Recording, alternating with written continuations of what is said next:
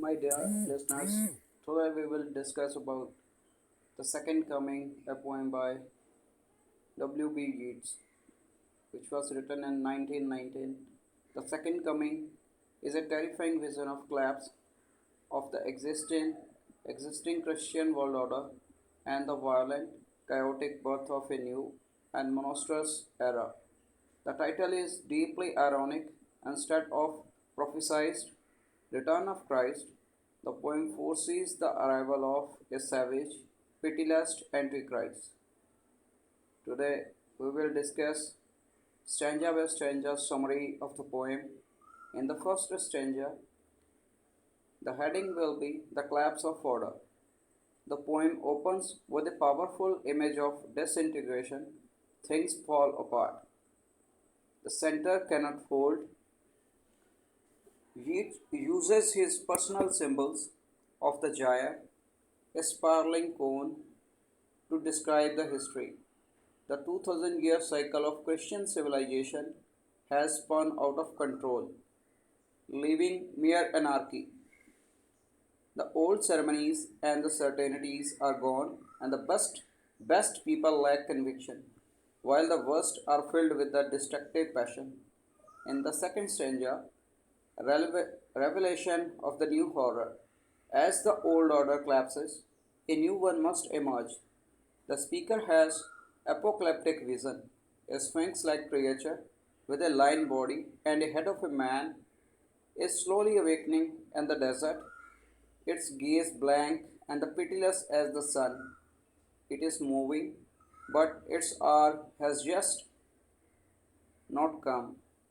The poem ends with the infamous, haunting, rhetorical question: after 20 centuries of Christian stony sleep, what rough beast is this, slouching towards Bethlehem, which is the birthplace of Christ to be born? Now we will discuss the key themes and the symbols. The first thing is the gyre. Yeats a theory of historical cycles where one era ends as its opposite begins.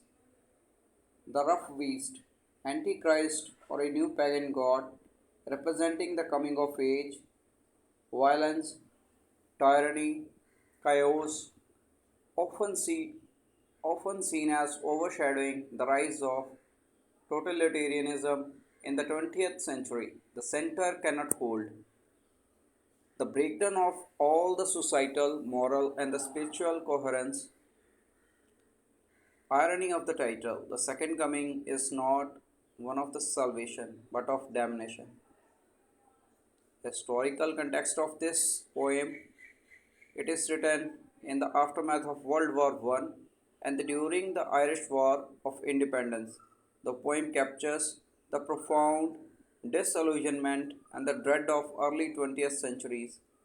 Yeats also drew on his own mystical system, outlined in a vision which predicted end of one historical cycle and the birth of another.